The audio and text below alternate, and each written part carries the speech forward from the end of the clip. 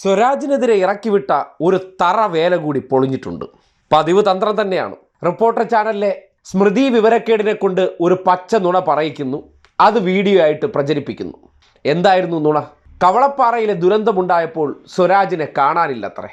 Satheesan script കൊടുത്താൽ പിന്നെ സ്മൃതീശന് വായിക്കാതിരിക്കാനാകുമോ? അതിന്റെ അടിസ്ഥാനത്തിൽ മൊഴിഞ്ഞുവെച്ച നുണ.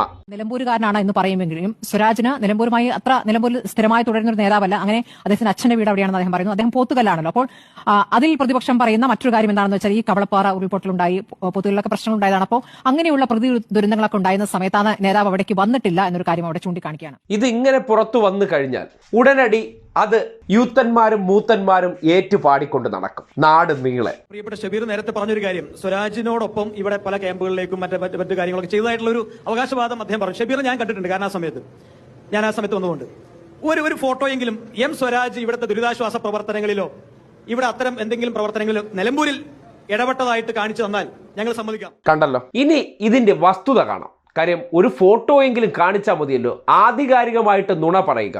യാതൊരു ക്രോസ് ചെക്കിങ്ങും ഇല്ലാത്ത പഴയ കാര്യത്തെ ഇല്ലായിരുന്നു എന്ന് സമർത്ഥിക്കാൻ ശ്രമിക്കുക. അങ്ങനെ സമർത്ഥിക്കാൻ ശ്രമിച്ചാൽ സംഭവിച്ചത് ഇല്ലാതാകുമോ?